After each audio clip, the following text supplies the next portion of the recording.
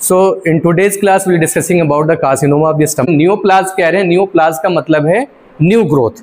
New growth के अंदर दोनों चीज़ें काउंट होती है, बिनाइन ग्रोथ भी और मैलिग्नेंट भी। तो अगर हम बिनाइन ग्रोथ की बात करें तो दो स्ट्रक्चर से या दो सेल से बिनाइन ग्रोथ डेवलप हो सकता है, एपिथेलियल टिश्यू से और मेसेनकाइमल टिश्यू से भी। ऐसे ही मैलिग्नेंट ग्रोथ जो स्टमक से रिलेटेड हो सकता है वो एपिथेलियल टिश्यू से राइज हो सकता है और मेसेनकाइमल से। ठीक है, सबसे पहले हम बात करेंगे ट्यूमर्स ऑफ द स्टमक की। तो ट्यूमर अगर हम बात कर रहे हैं, ट्यूमर का मतलब ये है कि कोई ग्रोथ हो रही है।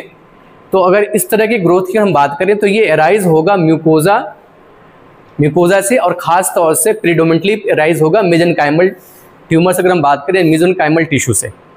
तो स्टमक से रिलेटेड जो ट्यूमर्स की हम बात करें तो कहाँ से अराइज होगा? म्यूकोजा से, और प्रीडोमिनेंटली कहाँ से? जहाँ मेसेनकाइमल टिश्यूज़ हैं वहाँ से। यानी जो स्टमक से रिलेटेड जो ट्यूमर होगा मेजॉरिटी कंडीशन में क्या होगा? मेसेनकाइमल टाइप होगा। यानी अराइज कहाँ से होगा? मेसेनकाइमल टिश्यू से अराइज होगा। ठीक है, तो मेजॉरिटी कंडीशन में जो ट्यूमर होगा प्रीडोमिनेंटली किस टाइप का होगा? मेसेनकाइमल ट्यूमर होगा। ठीक है, इनको हम क्लासीफाई कर सकते हैं किसके अंदर? पोलिप के अंदर या कार्सिनोमा के अंदर। पोलिप बेसिकली बिनाइन ग्रोथ है, पर यहाँ प्री मैलिग्नेंट कंडीशन है। पोलिप क्या है? प्री मैलिग्नेंट कंडीशन है, उसमें मैलिग्नेंसी नहीं हुई है, पर उसमें मैलिग्नेंट ट्रांसफॉर्मेशन होने के चांसेस ज़्यादा है। तो जो मेसेनकाइमल ट्यूमर्स हैं उनको हम डिवाइड कर सकते हैं किसमें? पोलिप में, और सेकेंड कार्सिनोमा। पोलिप पेडिकुलेटेड स्वेलिंग होती है, एक बेस के साथ ये अटैच होता है, पेडिकुलेटेड मास के फॉर्म में डेवलप होगा। जब हम कार्सिनोमा कह रहे हैं तो यह अल्सरेटिव लेजन भी बन सकता है और यहाँ पे कुछ स्वेलिंग भी डेवलप हो सकती है।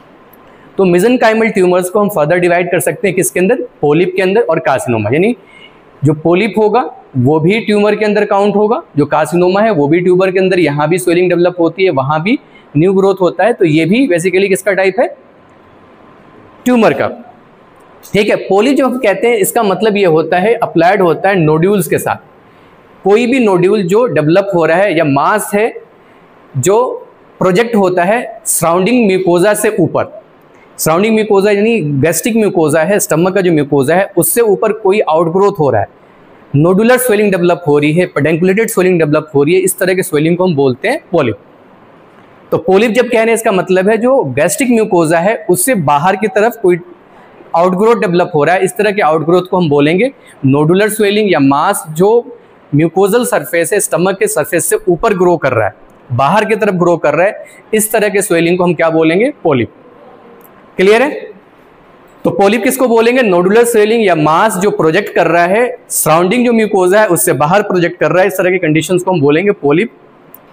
अगर हम पोलिप जीआईटी की हम बात करें, जीआईटी ट्रैक्ट तो खास तौर से रेस्ट्रिक्टेड होता है उन लेजन से जो म्यूकोजा के अंदर या म्यूकोजा के ऊपर डेवलप हो। तो जीआईटी से रिलेटेड अगर हम पोलिप की बात करें तो यहाँ उन आउटग्रोथ की हम बात कर रहे हैं जो म्यूकोजा के ऊपर ग्रो कर रही है, म्यूकोजा से बाहर ग्रो कर रही है। Clear? Neoplasm of the stomach की बात करें तो न्यूप्लाज्म को हम दो पार्ट में डिवाइड कर सकते हैं, फर्स्ट बेनाइन और सेकंड है मैलिग्नेंट। तो अगर हम बेनाइन की बात करें तो बेनाइन एपिथेलियल बेनाइल ग्रोथ जो होगा एपिथेलियल ओरिजिन का हो सकता है। ऐसे ही मेसेनकाइमल टिश्यू से इसकी ग्रोथ हो सकती है। एपिथेलियल में क्या हो सकता है? हाइपर प्लास्टिक पोलिप डेवलप हो सकता है। एपिथेलियल टाइप जो होगा हाइपर प्लास्टिक पोलिप डेवलप हो सकता है।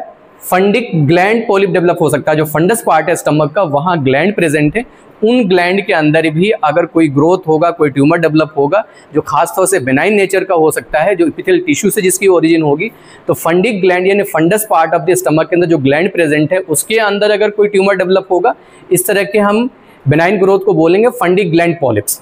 ठीक है, ऐसे ही एडिनोमेटस पोलिप है। एडिनोमेटस पोलिप यानी एडिनोमेटस पोलिप कह रहे हैं इसका मतलब पोलिप है, ये बेनाइन ग्रोथ है, पर किसके अंदर हो रहा है? ग्लैंड के अंदर हो रहा है, जिस स्टमक के अंदर जो ग्लैंड्स प्रेजेंट है उसके अंदर हो रहा है। क्लियर? तो जो बेनाइन ग्रोथ है जो स्टमक से रिलेटेड ग्रोथ है उसमें एपिथेलियल टिश्यू से राइज होने वाले ग्रोथ होंगे। ऐसे ही मेसेनकाइमल टिश्यू से राइज होने वाले हैं। जो एपिथेलियल टिश्यू से राइज होने वाले ग्रोथ है उसमें हाइपरप्लास्टिक पोलिप है, फंडिक ग्लैंड पोलिप है और एडिनोमेटस पोलिप है। क्लियर? मैलिग्नेंट की अगर हम बात करें तो मैलिग्नेंट के अंदर भी इसमें एपिथेलियल टिश्यू से राइज होने वाला और मेसेनकाइमल टिश्यू से राइज होने वाले ग्रोथ्स होंगे। ऐसे ही लिम्फोमाज हैं। लिम्फोमा जब कह रहे हैं इसका अंदर यहाँ पे लिम्फेटिक चैनल्स होंगे, उसके अंदर मैलिग्नेंसी होगी या इसमें ग्रोथ डेवलप होगा। कार्सिनोइड ट्यूमर्स होंगे। तो कार्सिनोइड ट्यूमर्स भी, ये भी मैलिग्नेंट ट्रांसफॉर्मेशन है। तो यहाँ मैलिग्नेंट अगर हम बात करें स्टमक कंडीशंस की, ये स्टमक के अंदर जो कंडीशन जो मैलिग्नेंट नेचर हो सकता है, जिसका एपिथेलियल टिश्यू से राइज होने वाला ग्रोथ या मेसेनकाइमल टिश्यू से राइज होने वाला ग्रोथ या लिम्फोमास है, वो मैलिग्नेंट नेचर का हो सकता है। कार्सिनोइड ट्यूमर है वो भी मैलिग्नेंट हो सकता है। तो बेनाइन न्यूप्लास्ट की अगर हम बात करें तो इसमें म्यूकोजल पोलिप है। बेनाइन न्यूप्लास्ट की अगर हम बात करें तो म्यूकोजल पोलिप है, जैसे एपिथेलियल पोलिप हमने डिस्कस किया था। इसकी अगर टाइप की फर्दर हम बात करें तो इनको हम डिवाइड कर सकते हैं किसमें, हाइपर प्लास्टिक पोलिप के अंदर। जो 80 to 85% केसेस के अंदर जो टाइप होगा एपिथेलियल पोलिप का, वो किस टाइप का होता है, हाइपर प्लास्टिक पोलिप का। इसकी इंसिडेंस क्या है, 80% से लेकर 85% इसकी इंसिडेंस है। फंडिक ग्लैंड जो पोलिप हमने डिस्कस किया, इसकी इंसिडेंस क्या है, 10% या उससे कम। एडिनोमेटस पोलिप है, इसकी इंसिडेंस क्या है, 5% है। तो आपसे अगर कोई पूछता है म्यूकोजल पोलिप, जो बेनाइन पोलिप है, जो बेनाइन ग्रोथ है, जो स्टमक से रिलेटेड हो सकता है, उसकी सबसे कॉमन कंडीशन क्या है, तो कॉमन कंडीशन है हाइपर प्लास्टिक पोलिप। इसकी इंसिडेंस कितनी है, 80 to 85%। फंडिक ग्लैंड पोलिप है, जो स्टमक के अंदर डेवलप होगा, fundus part of the stomach के अंदर जो ग्लैंड प्रेजेंट है उसके अंदर ग्रोथ होगी, उसके नतीजे में जो फंडिक ग्लैंड पोलिप डेवलप होगा उसकी इंसिडेंस कितनी, 10% है। एडिनोमेटस पोलिप की इंसिडेंस कितनी है, 5% है। अब इनकी जो अगर हम बात करें एडिनोमेटस पोलिप की हम बात करें, या जो हम म्यूकोजल पोलिप की बात करें, ये सेसाइल भी हो सकता है, स्मॉल पेडेंकुलेटेड भी हो सकता है। सेसाइल कहते हैं कि वाइड बेस से कोई स्ट्रक्चर कनेक्टेड है, स्टमक की म्यूकोजा से वाइड बेस के साथ अगर कनेक्टेड होगा इसको बोलेंगे सेसाइल। पेडेंकुलेटेड बोलते हैं कि स्मॉल स्टॉक की मदद से एक आउटग्रोथ अटैच हुए म्यूकोजा से, इसको बोलेंगे, किसको बोलेंगे, इसको बोलेंगे पेडेंकुलेटेड पोलिप। तो पोलिप जिसे हम डिस्कस कर रहे हैं, सेसाइल भी हो सकता है, वाइड बेस के साथ अटैच हो सकता है, पेडेंकुलेटेड लेजन हो सकता है, और ये जो लेजन होगा ऑफन मल्टीपल होगा। किस तरह से होगा, मल्टीपल होगा। इसको हम इंडोस्कोपी की मदद से रिमूव कर सकते हैं। ठीक है, जो 3 टाइप्स हमने डिस्कस किया है, तो इसमें क्रोनिक गैस्ट्राइटिस के नतीजे में ये तीनों टाइप डेवलप हो सकता है। तो अब अगर कॉज की बात करें कि जो हम बेनाइन ग्रोथ डिस्कस कर रहे हैं, यानी जो पोलिप की कंडीशन डिस्कस कर रहे हैं, किस वजह से डेवलप होगा, क्रोनिक गैस्ट्राइटिस के नतीजे में यहाँ पोलिप डेवलप हो सकता है। ठीक है, लार्ज पोलिप बहुत रेयर है। लार्ज पोलिप यानी लार्ज पोलिप डेवलप होना बहुत रेयर कंडीशन में लार्ज पोलिप डेवलप होता है। मेजॉरिटी कंडीशन में स्मॉल मल्टीपल पोलिप डेवलप होगा। क्यों डेवलप होगा, उसके पीछे रीजन है क्रोनिक गैस्ट्राइटिस के नतीजे में पोलिप की कंडीशन डेवलप हो सकती है। रिस्क फैक्टर्स की अगर हम बात करें, अगर इस कंडीशंस के लिए रिस्क फैक्टर क्या है उसकी अगर हम बात करें, तो रिस्क फैक्टर कार्सिनोमा जो होगा, यहाँ अगर हम जो बेनाइन ग्रोथ की हम बात करें उसमें रिस्क कितना है उसकी अगर हम बात करें, तो रिस्क इसमें मॉडरेट होता है। यानी ये प्री मैलिग्नेंट कंडीशन है। प्री मैलिग्नेंट कंडीशन कह रहे हैं, इसका मतलब है इसमें मैलिग्नेंट ट्रांसफॉर्मेशन हो सकता है। तो कार्सिनोमा जो मॉडरेट होगा किसके अंदर, एडिनोमेटस पोलिप के अंदर। कार्सिनोमेटस चेंजेस किसमें हो सकता है, एडिनोमेटस पोलिप के अंदर मॉडरेट है, माइल्ड और मॉडरेट यानी बीच के अंदर। इसमें 50-50 का चांस है कि इसमें मैलिग्नेंट ट्रांसफॉर्मेशन हो सकता है। तो जो मॉडरेट होगा किसके अंदर होगा, एडिनोमेटस पोलिप के अंदर। स्लाइट होगा हाइपर प्लास्टिक पोलिप जो हमने टाइप डिस्कस किया था उसके अंदर, और नील होगा फंडिंग ग्लैंड। यानी फंडिंग ग्लैंड अगर पोलिप है, आपको ज़्यादा फोकस करने की ज़रूरत नहीं है, उसको आप पेशेंट को सिंपली आप एडवाइस करें कि आपको ज़्यादा ध्यान देने की ज़रूरत नहीं। अगर एडिनोमेटस पोलिप है तो वहाँ आपको ज़्यादा विजिलेंट होने की ज़रूरत है, ज़्यादा आपको फोकस्ड होने की ज़रूरत है, आपको दोबारा से इन्वेस्टिगेट कराने की ज़रूरत है कि पॉसिबल क्या है, या मैलिग्नेंट ट्रांसफॉर्मेशन होने के चांसेस ज़्यादा है। तो एडिनोमेटस टाइप ऑफ द पोलिप है, तो यहाँ आप क्या करोगे, फर्दर इन्वेस्टिगेट कराओगे ताकि आपकी डायग्नोसिस मैलिग्नेंसी या मैलिग्नेंसी रिलेटेड कंडीशंस की आपकी हो सके। सपोज करिए अगर बेनाइन ग्रोथ है तो कोई मसला नहीं है, पर आप फॉलोअप में पेशेंट को रूटीनली आप एग्जामिनेशन कराओगे ताकि उसके अंदर मैलिग्नेंट ट्रांसफॉर्मेशन की पॉसिबिलिटी है।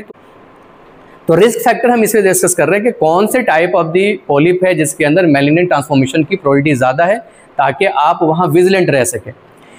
तो एडिनोमेटस टाइप ऑफ दी पोलिप के अंदर क्या होगा, ज़्यादा चांसेस है, मॉडरेट चांसेस है कार्सिनोमेटस चेंजेस के लिए।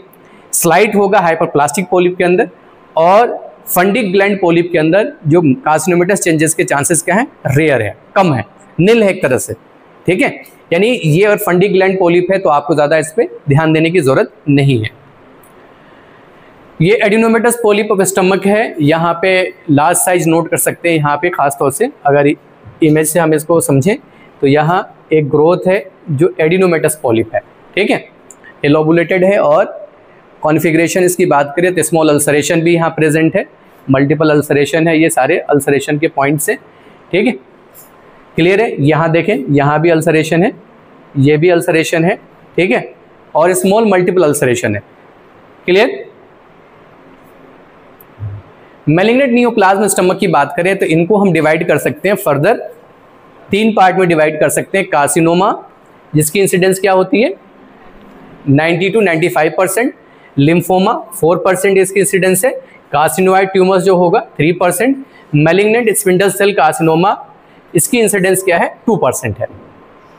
तो जो मैलिग्नेंट ट्रांसफॉर्मेशन हो सकता है स्टमक के अंदर उनको हम फर्दर क्लासीफाई कर सकते हैं फर्दर 4 पार्ट में। कार्सिनोमा 90 to 95% इसकी इंसिडेंस है, लिम्फोमास 4% इंसिडेंस है इसकी, कार्सिनोइड ट्यूमर इसके 3% इंसिडेंस है, मैलिग्नेंट स्पिंडल सेल कार्सिनोमा जो होगा वो उसकी इंसिडेंस क्या है 2% है।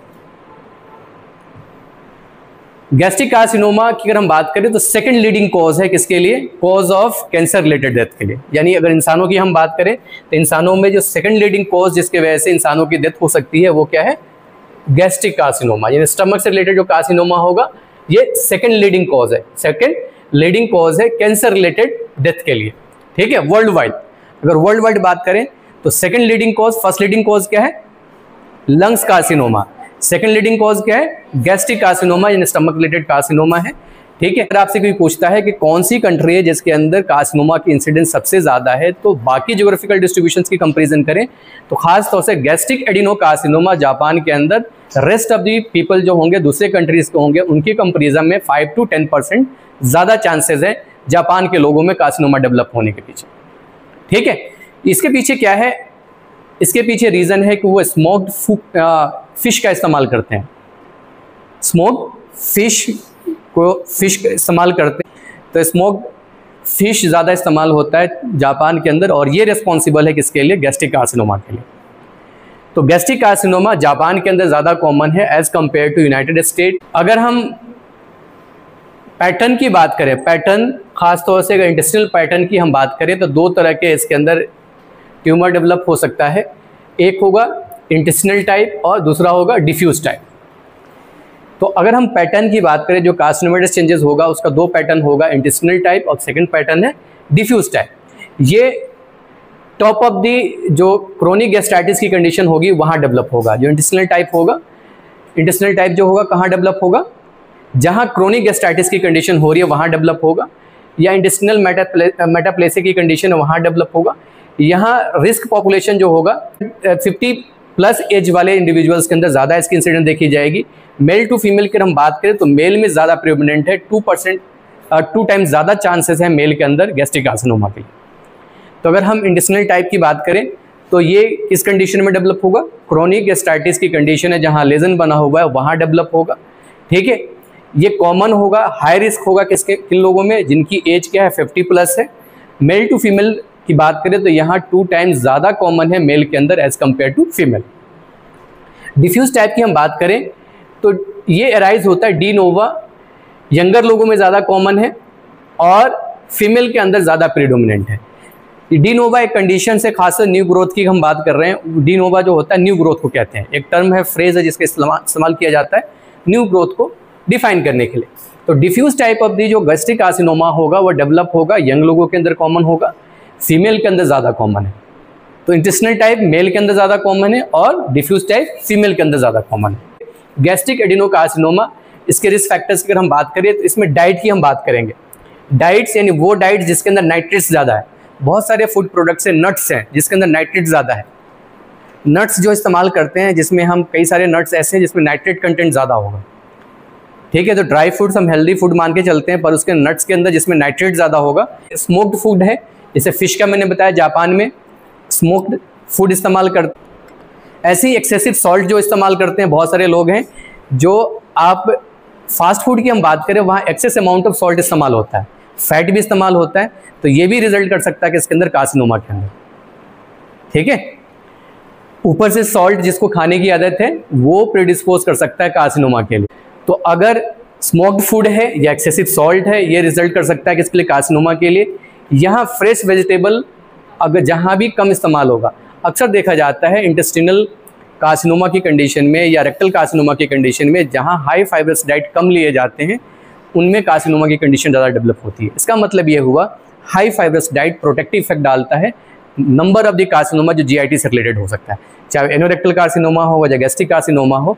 तो अपने डाइट के अंदर जहाँ नॉन वेजिटेरियन डाइट आप ले रहे हैं वहाँ कोशिश ये करें कि वेजिटेरियन डाइट के तौर पे आप सैलेड इंक्लूड कर दें उसके अंदर, या हाई फाइब्रस डाइट लें उसके साथ साथ। क्यों? हमने यहाँ डिस्कस किया कि हाई फाइब्रस डाइट जो है प्रोटेक्टिव इफेक्ट डालता है। तो गैस्ट्रिक कार्सिनोमा भी खासतौर से उन लोगों में ज़्यादा कॉमन है जो नॉन वेजिटेरियन डाइट पर डिपेंड करते हैं, वेजिटेरियन डाइट उनके फूड कंटेंट के अंदर नहीं होता, या फ्रेश वेजिटेबल जो नहीं लेते। क्रोनिक गैस्ट्राइटिस की कंडीशन में भी इंटेस्टिनल मेटाप्लेसिया कंडीशन डेवलप हो सकती है। और गैस्ट्रिक क्रोनिक गैस्ट्राइटिस की कंडीशन क्या हो सकती है? इन्फेक्टेड एच पाइलोराई इन्फेक्शन, यानी एच पाइलोराई इन्फेक्शन अगर होगा तो ये रिजल्ट कर सकता है क्रोनिक गैस्ट्राइटिस में, और क्रोनिक गैस्ट्राइटिस के नतीजे में इंटेस्टिनल मेटाप्लेसिया डेवलप होगा। और जो क्रोनिक गैस्ट्राइटिस होगा किस वजह से होगा? Infection with H pylori. Pernicious anaemia है, इसके नतीजे में भी क्रोनिक गैस्ट्राइटिस डेवलप हो सकता है। तो परमिशियस एनीमिया है या इन्फेक्शन है एच पाइलोराई से, उसके नतीजे में क्रोनिक गैस्ट्राइटिस डेवलप होगा। क्रोनिक गैस्ट्राइटिस कन्वर्ट हो सकता है गैस्ट्रिक कार्सिनोमा के अंदर। ऐसी ऑल्टर्ड एनाटॉमी है, स्टमक का कोई पोर्शन है कंजेनाइटली वो डिफॉर्म्ड है, डिफॉर्मिटी जहाँ भी होगी, सपोज करिए लेसर कार्वेचर कर्व है, अगर वो स्ट्रेट हो जाए तो वो प्रीडिस्पोज करेगा किसके लिए? जो गैस्ट्रिक कार्सिनोमा के लिए। एनाटॉमिकल डिफॉर्मिटी है, बेसिकली जो स्टमक है एक बैग लाइक स्ट्रक्चर है, वो कंप्लीटली डिस्टॉर्ट हो रहा है, तो वो भी प्रीडिस्पोज करेगा किसके लिए? कार्सिनोमा के लिए। यानी एनाटॉमिकल जहाँ भी डिस्टॉर्शन है तो वो रिजल्ट करेगा कार्सिनोमा के लिए। डिफ्यूज कार्सिनोमा की अगर हम बात करें तो खास तौर से ये एक कंडीशन है जिसकी हम बात करेंगे कि अनडिफाइंड ई कैटरीन खास तौर से, या ये जीन रिलेटेड कंडीशन है FGFR2 डिफॉर्मिटी अगर है, जिसके नतीजे में भी diffuse type of the carcinoma develop हो सकता है। तो प्लाज्मा स्टमक की हम बात करें तो इसमें प्री कैंसरस कुछ लेजन्स हैं, कुछ प्री कैंसरस लेजन्स हैं, उनकी हम बात करेंगे। तो प्री कैंसरस लेजन कौन सी है? प्री कैंसरस कहने का मतलब है उसमें मैलिग्नेंट ट्रांसफॉर्मेशन की पॉसिबिलिटी ज़्यादा है। उसमें प्री कैंसरस लेजन की हम बात करें तो क्रोनिक एट्रोफिक गैस्ट्राइटिस की कंडीशन है। क्रोनिक एट्रोफिक गैस्ट्राइटिस है जहाँ पे एट्रोफी डेवलप हो रही है गैस्ट्राइटिस के साथ साथ, तो वहाँ की मसल्स क्या हो रही है? एट्रोफिड हो रही है। तो ये रिजल्ट कर सकता है कि इसके अंदर मैलिग्नेंट ट्रांसफॉर्मेशन यहाँ हो सकता है। तो chronic atrophic gastritis associated with pernicious anaemia, ये रिजल्ट कर सकता है कि इसके अंदर मैलिग्नेंट ट्रांसफॉर्मेशन हो सकता है। क्रोनिक एट्रोफिक गैस्ट्राइटिस है, इसके साथ साथ एच पाइलोराई इन्फेक्शन है, ये रिजल्ट कर सकता है मैलिग्नेंट ट्रांसफॉर्मेशन में। ठीक है, एडिनोमेटस या हाइपरप्लास्टिक पोलिप है, ये रिजल्ट कर सकता है, इसमें मैलिग्नेंट ट्रांसफॉर्मेशन हो सकता है। या सब टोटल गैस्ट्रेक्टोमी हुई है, बहुत सारी कंडीशन में स्टमक का कुछ पोर्शन हम कट कर देते हैं, जिसको बोलते हैं सब टोटल गैस्ट्रेक्टोमी। जो सर्जिकल इंटरप्शंस के बाद, सर्जिकल मैनेजमेंट के बाद जो स्टम बचेगा उसके अंदर मैलिग्नेंट ट्रांसफॉर्मेशन की पॉसिबिलिटी है। तो सब टोटल गैस्ट्रेक्टोमी के बाद वहाँ जो लेजन बनेगा, हाइपरट्रोफिड स्कार बनेगा, वो ट्रांसफॉर्म हो सकता है, इसके अंदर मैलिग्नेंट ट्रांसफॉर्मेशन हो सकती है। तो अगर हम बात करें कि स्टमक कार्सिनोमा की अगर हम बात करें, जो गैस्ट्रिक कार्सिनोमा है खास तौर से इसकी साइट्स की बात करें तो पाइलोरस और एंट्रम का जो पोर्शन होगा ये सबसे ज़्यादा प्रोमिनेंट साइट्स है जहाँ पे कार्सिनोमा डेवलप होगा। तो कार्सिनोमा के लिए जो कॉमनेस्ट साइट है वो कौन है? पाइलोरस है और एंट्रम है। हम गैस्ट्रिक कार्सिनोमा के साइट्स की बात करें तो पाइलोरस और एंट्रम ये कॉमनेस्ट साइट है किसके लिए? कार्सिनोमा के लिए। 50 to 60% जो कार्सिनोमा डेवलप होता है पाइलोरस या एंट्रम में डेवलप होगा। कार्डिया जो है, कार्डिक पोर्शन है जो स्टमक का, यहाँ डेवलप होगा जो कार्सिनोमा, वो 25% होगा।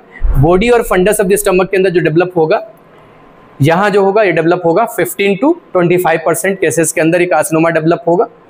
लेसर कार्वेचर पे जो इंसिडेंस है, लेसर कार्वेचर क्या हुआ? ये पोर्शन हुआ लेसर कार्वेचर का, तो यहाँ 40% इंसिडेंस है और ग्रेटर कार्वेचर पे 12%। तो अक्सर क्वेश्चन पूछा जाता है कि लेसर कार्वेचर पे कार्सिनोमा की इंसिडेंस ज़्यादा है या ग्रेटर कार्वेचर पे, तो आंसर है लेसर कार्वेचर। गैस्ट्रिक जो ग्रेटर कार्वेचर है उस पर इंसिडेंस इसकी कम है, 12% है। कॉमनेस्ट साइट कार्सिनोमा के लिए क्या है? पाइलोरस और एंट्रम है, 50 to 60%। कार्डिक पोर्शन के अंदर 25% मैलिग्नेंट ट्रांसफॉर्मेशन हो सकता है। फंडस और बॉडी के पोर्शन जो होगा उस पर कार्सिनोमा डेवलप होगा 15 to 25% केसेस के अंदर। अब गैस्ट्रिक कार्सिनोमा को हम फर्दर डिवाइड कर सकते हैं अर्ली लेजन के अंदर और लेट गैस्ट्रिक कैंसर। तो अर्ली गैस्ट्रिक कैंसर की अगर हम बात करें तो ये लेजन जो होगा लिमिटेड होगा म्यूकोजा के अंदर और सब म्यूकोजा के अंदर। अर्ली लेजन का मतलब ये है कि जो ग्रोथ होगा लिमिटेड होगा, किसके अंदर लिमिटेड होगा, म्यूकोजा के अंदर ही ग्रोथ होगा, सब म्यूकोजा के अंदर होगा। ये स्मॉल फ्लैट लेजन के तौर पे या स्मॉल म्यूकोजल थिकनिंग के फॉर्म में डेवलप होता है। यानी जो अर्ली लेजन है, जो मैलिग्नेंट कार्सिनोमा की कंडीशन में, गैस्ट्रिक कार्सिनोमा की कंडीशन है, वहाँ अर्ली लेजन क्या होगा, स्मॉल होगा, फ्लैट लेजन होगा, म्यूकोजल थिकनिंग के फॉर्म में होगा।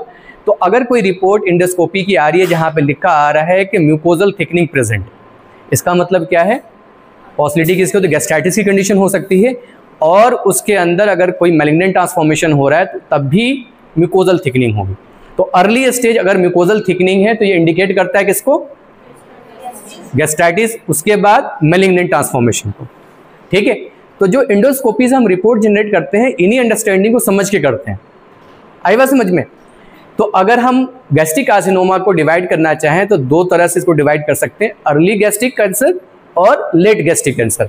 अर्ली गैस्ट्रिक कैंसर के अंदर जो लेजन होगा लिमिटेड होगा म्यूकोजा के अंदर और सब म्यूकोजा के अंदर, यानी इसके बियॉन्ड लेजन डीपर पार्ट को इन्वॉल्व नहीं करेगा। यहाँ जो लेजन होगा स्मॉल होगा, फ्लैट म्यूकोजल थिकनिंग होगी यहाँ, और यहाँ मिनिमल पोलिप या ulcerative type of the lesion बनेगा। पोलिप होगा तो आउटग्रोथ होगी और अल्सरेशन होगा तो वहाँ अल्सर टाइप लेजन बनेगा। तो अर्ली जो लेजन होगा गैस्ट्रिक कार्सिनोमा का वो क्या हो सकता है, किस फॉर्म में मैनिफेस्ट कर सकता है, पोलिप टाइप हो सकता है या अल्सरेटिव लेजन होगा। जो लेजन होगा लिमिटेड होगा म्यूकोजा और सब म्यूकोजा के अंदर, यहाँ स्मॉल फ्लैट म्यूकोजल थिकनिंग होगी। ठीक है, नेक्स्ट हम बात करेंगे लेट गैस्ट्रिक कार्सिनोमा की। तो लेट गैस्ट्रिक कार्सिनोमा खास तौर से इन्वेड करेगा मसल्स को। तो लेट और अर्ली इस पे डिफाइंड है कि अगर गैस्ट्रिक कार्सिनोमा के अंदर जो लेजन बन रहा है अगर सिर्फ म्यूकोजा और सब म्यूकोजा के अंदर है तो इसको अर्ली लेजन बोलेंगे, अर्ली गैस्ट्रिक कार्सिनोमा बोलेंगे। अगर ये लेजन इन्वेड करके मसल्स को इन्वॉल्व कर ले तो इस तरह के लेजन को बोलेंगे लेट गैस्ट्रिक कार्सिनोमा। अब इसकी अपीयरेंस हो सकती है वेरियस वेज में। ये फंगेशन हो सकता है, जो मास जो प्रेजेंट है वहाँ पे जो स्वेलिंग डेवलप हो रही है वहाँ फंगेशन हो गया, यानी फंगल इन्फेक्शन हो गया। ठीक है, और ये प्रोट्यूड कर सकता है ल्यूमेन के अंदर। इसके अलावा diffusely infiltrating type of the carcinoma develop हो सकता है। तो पहली कंडीशन में प्रोट्यूजन होगा, एक मास होगा, पेनिकुलेटेड मास होगा जिसके अंदर फंगेशन हो गया है। Second type of the lesion हो सकता है डिफ्यूजली इनफिल्ट्रेटिंग लेजन होगा और ये थिकनिंग कॉज करेगा जिसके नतीजे में कॉन्ट्रैक्शन डेवलप होगा स्टमक वॉल के अंदर। क्लियर है? और इस कंडीशंस को बोलते हैं लिनाइटिस प्लास्टिका। तो लिनाइटिस प्लास्टिका किसकी क्लिनिकल फाइंडिंग है? गैस्ट्रिक कार्सिनोमा की। तो लिनाइटिस प्लास्टिका क्या है? यहाँ पे डिफ्यूज इनफिल्ट्रेटिंग लेजन बनेगा, यहाँ थिकनिंग होगी स्टमक वॉल की, वॉल के अंदर कॉन्ट्रैक्शन होगा। कॉन्ट्रैक्शन होने की वजह से जो कैविटी होती है स्टमक की वो स्मॉल हो जाती है और इस कंडीशंस को बोलते हैं लिनाइटिस प्लास्टिका। लिनाइटिस प्लास्टिका यानी म्यूकोजा की जो नेचर है, म्यूकोजा बेसिकली स्टमक म्यूकोजा है या कोई भी म्यूकोजा है उसके अंदर इलास्टिसिटी पाई जाती है, वो स्ट्रेचेबल है। पर जब लिनाइटिस प्लास्टिका की कंडीशन डेवलप होगी तो वो इलास्टिसिटी लॉस हो जाती है। इसी वजह से इस कंडीशंस को बोलते हैं लिनाइटिस प्लास्टिका। प्लास्टिका का मतलब प्लास्टिक को आप स्ट्रेच नहीं कर सकते, यानी ये वो कंडीशन है जिसमें स्टमक वॉल की जो स्ट्रेचेबिलिटी होती है वो लॉस हो जाती है। स्टमक वॉल किस तरह से हो जाता है? प्लास्टिक लाइक मटेरियल में कन्वर्ट हो जाता है, यानी जो नॉर्मल स्ट्रेचेबिलिटी होती है म्यूकोजा की वो लॉस हो जाती है। तो linitis plastica is basically clinical finding of gastric carcinoma. ठीक है, या लेदर बोटल स्टमक, यानी अगर डिफॉर्मिटी हो रही है स्टमक का जो फंडस पार्ट है वो खत्म हो जाए और एक ट्यूबुलर स्ट्रक्चर के अंदर कन्वर्ट हो जाए तो ये भी कंडीशन किसको इंडिकेट करता है? कार्सिनोमा। अगर मैलिग्नेंट अल्सर फॉर्म हो रहा है तो वहाँ एज जो होगी रेज्ड होगी, एवर्टेड एज होगी। तो ये फाइंडिंग है किसके लिए? मैलिग्नेंट अल्सर की। तो अगर इमेज वाइज हम समझने की कोशिश करें कि अगर malignant neoplasm of the stomach की कंडीशन है तो इसमें क्या चेंजेस होंगे, तो ये लेजन जो है एक्सोफाइटिक लेजन है, ये यानी ऊपर की तरफ जो ग्रोथ हो रही है इस तरह के लेजन को बोलते हैं एक्सोफाइटिक लेजन। फ्लैट लेजन का मतलब है जो लेजन है पर ये आउटग्रोथ नहीं है। ठीक है, तो नीचे की तरफ लेजन, इस तरह के लेजन को बोलेंगे फ्लैट लेजन। यानी जो गैस्ट्रिक कार्सिनोमा के जो लेजन होगा एक्सोफाइटिक टाइप हो सकता है, बाहर की तरफ ग्रोथ होगी। सेकेंड, जो फ्लैट लेजन जो वॉल के अंदर प्रेजेंट है, एक्सेवेटेड यानी अंदर की तरफ लेजन है। ठीक है, यहाँ एक्सोफाइटिक लेजन हो सकता है। एडवांस गैस्ट्रिक कार्सिनोमा यानी अर्ली गैस्ट्रिक कार्सिनोमा के अंदर भी 3 तरह का लेजन बन सकता है, exophytic type, flat depress type, flat या डिप्रेस टाइप, और एक्सेवेटेड यानी अंदर की तरफ धंसा हुआ। ठीक है, एडवांस गैस्ट्रिक कार्सिनोमा के कंडीशन में एक्सोफाइटिक लेजन बन सकता है, लिनाइटिस फ्लैक्स का कंडीशन डेवलप हो सकती है, और एक्सेवेटेड टाइप। पर यहाँ जो इन्वॉल्वमेंट होगा, डीपर पार्ट का इन्वॉल्वमेंट होगा मसल तक, यहाँ एक्सटेंशन कहाँ तक है, म्यूकोजा और सब म्यूकोजा तक, यहाँ एक्सटेंशन कहाँ तक है, मस्कुलर लेयर तक। तो ये बेसिक डिफरेंस है अर्ली गैस्ट्रिक कार्सिनोमा और लेट गैस्ट्रिक कार्सिनोमा के अंदर जो डिफरेंस है एक्सटेंट ऑफ लेजन का है। ये मैलिग्नेंट नियोप्लाज्म स्टमक की कंडीशन है। ठीक है, intestinal type of the lesion है। ये बेसिकली क्या है, ये गैस्ट्रिक लेजन है जो हील नहीं हुआ है। डिफ्यूज वेरिएंट जो गैस्ट्रिक कार्सिनोमा का होगा। ठीक है, यहाँ जो diffuse type of the although हमने डिस्कस कर लिया था, कहाँ से राइज होगा, डी नोवा यानी न्यू ग्रोथ से राइज होगा। यहाँ पे एसोसिएशन नहीं होगा किससे,